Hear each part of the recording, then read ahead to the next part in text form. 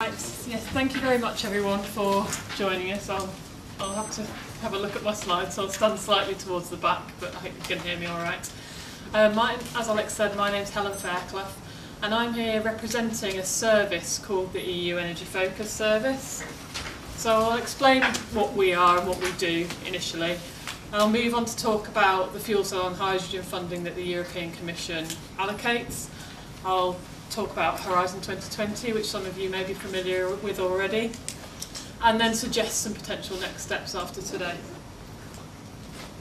So the EU Energy Focus team is funded by the UK Department for Energy and Climate Change to provide support to UK organisations who are interested in European funding for energy projects. It's quite broad in its remit.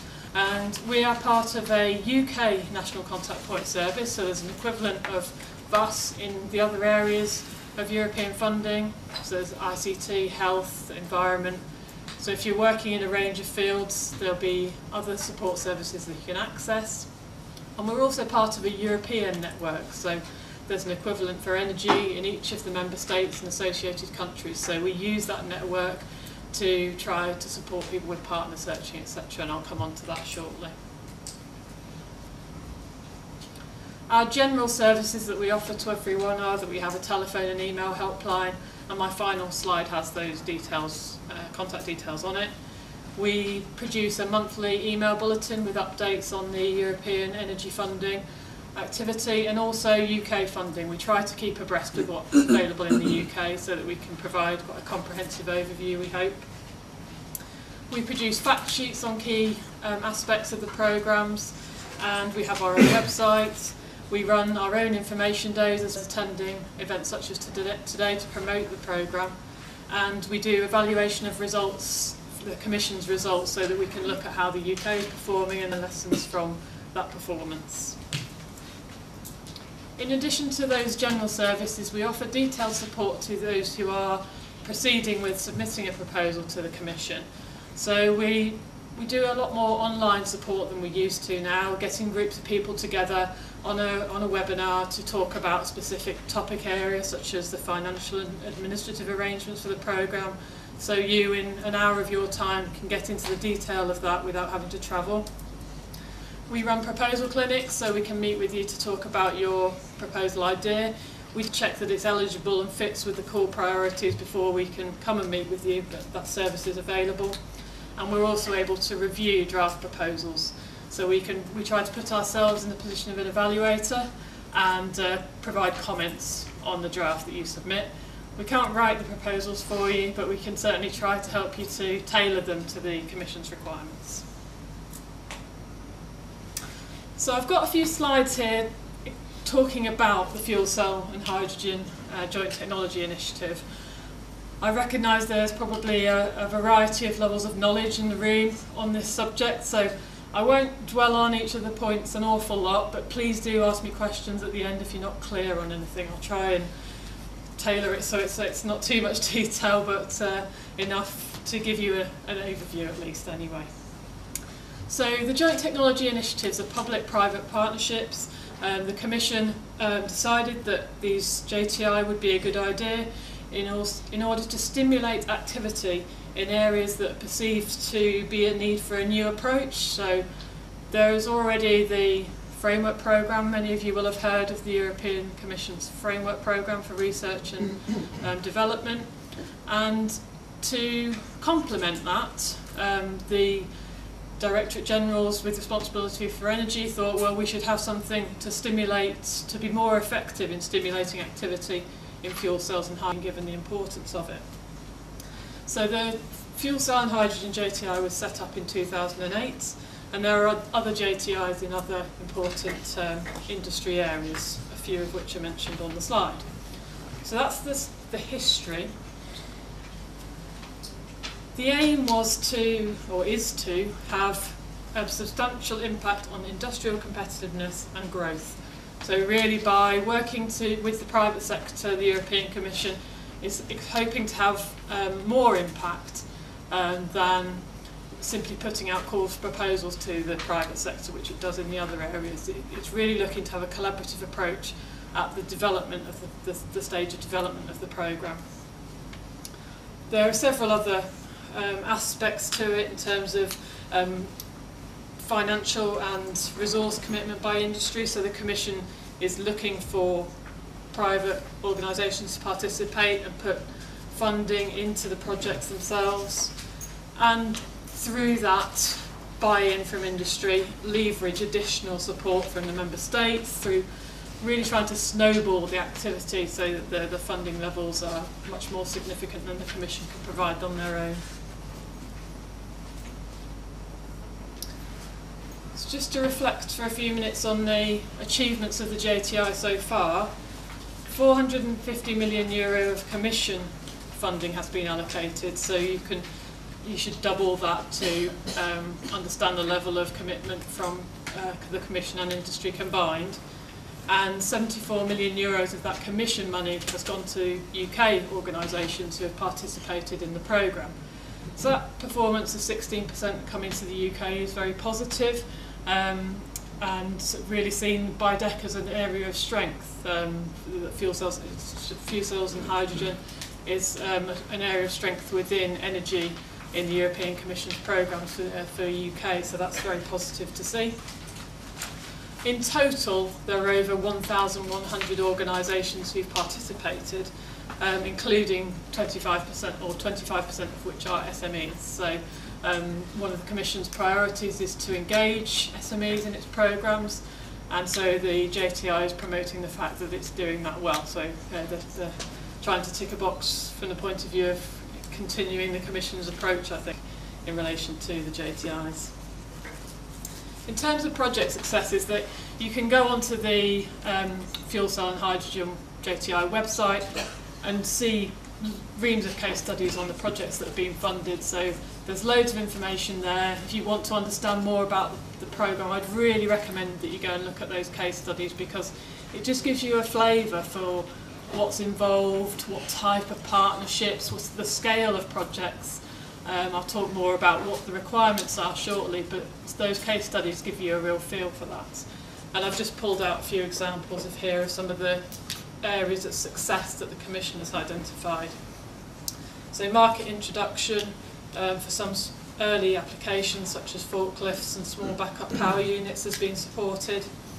They funded activity to result in progress in material performance and durability, and also cost reduction for components and systems, so for transport and stationary power applications. So it's quite wide ranging, and my next slide just shows the proportion of the funding that's allocated to the 5 different areas. So this is all looking back at the Fuel Cells and Hydrogen JTI 1, and so you can see the range of activities that have been funded, transport, and then hydrogen production, stationary power, early markets, and then the cross-cutting, more policy-related activities. I did include one example of quite a high-profile project that the JTI has funded. They've provided 26 million euros of funding towards the Clean Hydrogen and European Cities project, which is about fuel cell powered buses. And you may have seen these buses around London. This project has funded the demonstration of the buses themselves, and they're actually integrated into the transport systems in 5 European cities. So the Commission is really pushing these as trailblazers, lighthouse projects, and we'd expect that future projects of this nature would be eligible for funding again. You can see here the scale of project. They're not all this scale, but 25 partners from across Europe is quite a difficult size of partnership to manage, but presumably the participants felt that was necessary in order to get the right industrial partners, the right local authority partners, etc., to really make this happen. And that's something that we can help to try to advise you on what kind of partnership you might need.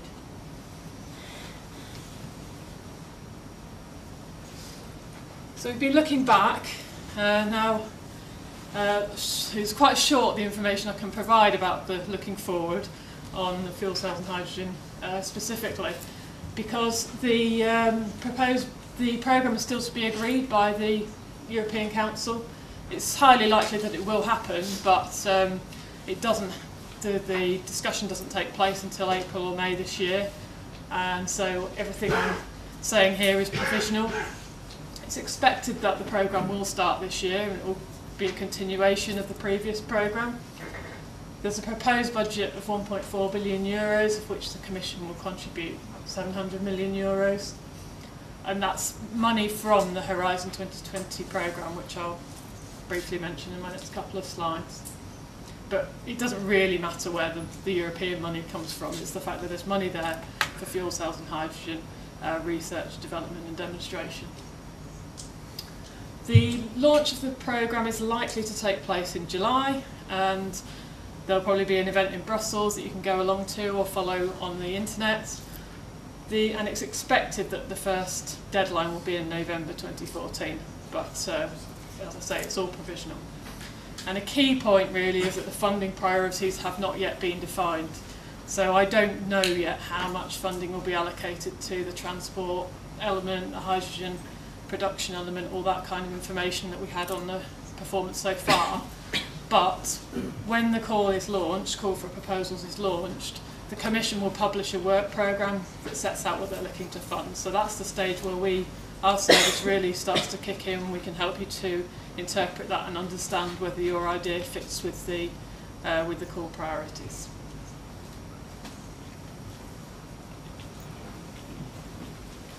So I mentioned Horizon 2020 on the last slide, and I just wanted to fill in a gap if there was any uncertainty about what Horizon 2020 is. This is the European Union's new research and innovation framework. Many of you will have heard of Framework Programme 7. Rather than having Framework Programme 8, we've got Horizon 2020. So that's what it is. It's not a continuation because there are many improvements that the Commission is looking to put in place in terms of simplification, which many of you will be pleased to hear, I'm sure. And it does bring together a number of programmes under one roof. So in energy, you may have heard of Intelligent Energy Europe. That's now under Horizon 2020. But if you're unclear on what's under Horizon 2020, just contact us and we'll try and help you to establish that. As I said, some of the budget for Horizon 2020 energy will go to fuel cells and hydrogen specifically, and that is in the fuel cells and hydrogen programme. That's where that sits. So if that's your area of activity, that's where you need to look. But if the work that you're doing could be applicable within other energy technologies, so energy efficiency, renewables, smart grids, energy storage, smart cities, so fuel cells could well be incorporated into that. There's a whole other section of the programme that may be relevant to you, and that's open now. The Horizon 2020 energy calls were launched in December 2013 and have various deadlines over the course of 2014 and into 2015. So that's what we're here to help you to understand whether that's of relevance to you. I've just on this slide highlighted some of the key aspects so that you can start to think about whether the programme might be for you. And all of these aspects apply to the fuel cells and hydrogen programme as well. So the fact that it's about research, innovation and market transformation activities now allows you to understand what the funding is really about. Collaboration is essential in almost all cases, so that means collaboration with other organisations, normally in different member states or associated countries. So one of the reasons for getting people together today is to start having those discussions both within UK organisations, because you can have more than one UK organisation in your partnership, but then you do need to be looking beyond that. The whole aim of the Horizon 2020 programme is about advancing the state of the art at a European level and allowing the European Union to compete with many of the markets we've talked about today, the US, Japan, Korea, etc., and to be competing with their research and development program activity. So you need to be thinking at a European level. It's a cost-sharing programme, so the Commission will pay a proportion of your costs depending on the activity that you're doing, and it's up to you as partners to find the remainder. And you can't make a profit from the project itself. The Commission would love it if you go off and make profit from exploiting the technology. There's no problem with that. But the project itself has to be ring-fenced, the research has to be ring-fenced, and you can't make a profit from that particular activity. The Commission defines the priorities, and that's a key part of our role, to explain what those priorities are each year and to help organisations understand whether what they're doing really does fit and therefore stands a chance of success. Activity must be innovative at a European level, as I mentioned. It really is about advancing the European state of the art. So if the UK is lagging behind other member states, then this isn't a programme to help the UK catch up. We have to be working with others who are at the state of the art at a European level in order to be eligible. And I suppose I wanted to emphasise this point given the presentation this morning about whether Horizon 2020 can or can't help the fuel cell industry reach the exploitation potential that it has. One of the key developments in Horizon 2020 and shifts in emphasis is on exploitation potential and impact. So the evaluators will be really looking closely at the impact that you're suggesting your work will have and what you will do with it then. You have to quantify the potential impact and explain what you will be doing to exploit that impact and convince them that you're the organisations to actually go ahead and do that. So they are trying to address this issue that research that's been funded in the past hasn't then gone on to be exploited. I'm sure it won't be 100% successful, but it really is trying to move in that direction. So we're really encouraging people to think about that as they look at proposal ideas and think about whether they really are the right people to do the research and then exploit the findings and go on and commercialise the technology. So that's Horizon 2020 in a very brief summary. What I'd encourage you to do, if any of what I've said today is of interest, would be to sign up to receive our bulletin, our email bulletin, and our email address is on the next slide, so you can just email the mailbox and we'll sign you up. Because in that bulletin we'll tell you when the fuel cells and hydrogen calls are launched and what their content is, so you'll receive that information hot off the press when it's available. And do contact us if the other elements of Horizon 2020 Energy are of interest to you, so that we can tell you about the content in more detail than the very brief information that I've given you. I'd encourage you to visit our website, the address for which is at the bottom of the slide, where we have a summary of the current calls for proposals, so you can click on that from the home page and see what the Commission is looking to fund in the current calls for proposals. There are lots of sources of information out there, or sources of support. Our updates and our helpline service, for which the contact details are at the bottom of the slide. The Commission contacts are sometimes prepared to talk to you. It does depend on whether there's a current call for proposals, when they have to be a bit careful about what they're saying, but particularly in fuel cells and hydrogen, there are opportunities to join a research grouping and an industry grouping who are key in defining the work programmes. So there are ways to engage with these programmes. That does take your time. You won't get paid to do that. But if you're really operating at the cutting edge of European research and demonstration in these areas, it may be something you want to invest time in. There's the Enterprise Europe network, so we work closely with that network to promote the programme and offer support and advice. There are the knowledge transfer networks, so Celia, who was the chair for one of this afternoon's sessions, we work with the energy generation and supply knowledge transfer network. So once the calls are launched, we will do a webinar with Celia and with a Commission official to tell the UK organisations about the call. So you don't have to go to Brussels, you can do. It's a great way of networking with other potential partners, but you can listen to the information about the priorities from the comfort of your office or home. So do sign up. I'd encourage you to sign up to our bulletins, but also those of the Enterprise Europe Network and Knowledge Transfer Network, because they may be more tailored to your particular needs if there's something more in your region than we can, where we're trying to provide support across the country. So that's it. A real whiz through. Sorry if it's bamboozled you too much, but I'm happy to answer questions if that's all right to do that now. Or well, I think we're okay to have a couple of questions. Yeah. If anybody has any. Helen, you need to leave. Not until about 7:15. So I've got okay, time. right. Okay, should we move on then? Is it anybody got any questions at all, Helen? Everyone happy? I'm sure you'll flip this. I know some energy areas, people have been setting up research alliances, DERAs, yes. to try and put together consortia to answer calls. Yes. Does such a thing exist for hydrogen fuel cells?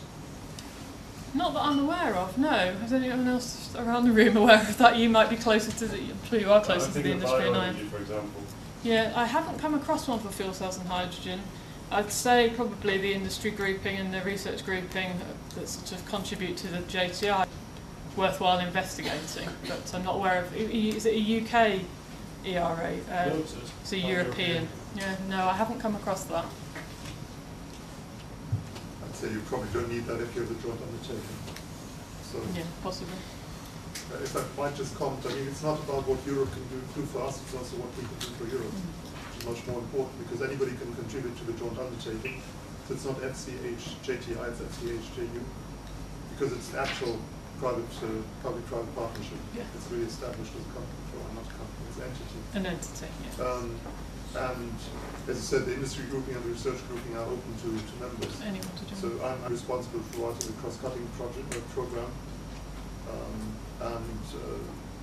There's not that many UK representatives in the research group in there, because there's a very unclear situation that UK should actually be the official representative, because you never see them. No. The same applies to ERA, where I also am the representative, and University of Birmingham is a member of that. Yes. But you never see UK, so No. the UK representation is really not very efficient in that sense. Yeah. There is a real opportunity there to engage with the programme and get UK involvement at an earlier stage. Yeah, because as you said, if you contribute there, you actually write the work programs, you write the calls for proposal, so then you can tailor some of that to your needs. But essentially you can turn it around, essentially you write a program where actually you also get applications, which is not always the case. Yes. Would you be able to tell us what are kind of typical intervention levels in these programs, like how much of the eligible costs are normally paid? Well, yes, I can talk to you about Horizon 2020. I could look back at the fuel cells and hydrogen programme, but I really don't know whether that's going to follow the same model. Yes, well, I should mention the fuel cells and hydrogen joint undertaking model, because I think that's what will happen again, in that it's up to 50% of the funding that can be provided by the Commission. However, over the whole of the core, that's where the 50% comes in. So for some organisations, they are eligible for 75% for research, for example. But over the whole of the programme, the Commission can only contribute a maximum of 50%. So even if the intervention rates are published at 75%, it would be 75% as a maximum. So this is one of the issues that the joint undertaking has had, in that they haven't been able to give certainty about the funding levels. But yeah, so the high level information is that the Commission can provide 50% of the funding to the particular call for proposals, but there may be an opportunity to get more money depending on the balance of effort and the organisation types involved in your particular project. So sorry if it's not very specific, but it does depend. Okay, but for example, from the other programs that have already been published, you could perhaps tell us how this works. For example, I participated in a range of framework programs where some were funded 100% for universities, some were funded a lot less. Some SMEs in some programs that funded very, very poorly, like the Artemis joint undertaking funded SMEs to a level of something like 16% or right. So, okay. So what sort of values are we talking about? Well, the existing programs as well? the part of the simplification of Horizon 2020 is that they were going to get rid of all of those differences between the funding levels between organisations, so that for Horizon 2020 Energy, research is funded at 100%. For direct eligible costs are funded at up to 100% for any organisation type. So that simplifies things from where it used to be. And for demonstration, it's up to 70% of demonstration costs, but it can be up to 100% for non-profit legal entities. So that's the very simple rules for Horizon. Whether they are then applied to fuel cells and hydrogen joint undertaking, I don't think that it would be possible to do that because I'm just looking at 50%, so I don't think that will be changed for the phase 2 of the programme. Okay, thank you very much. I think we'll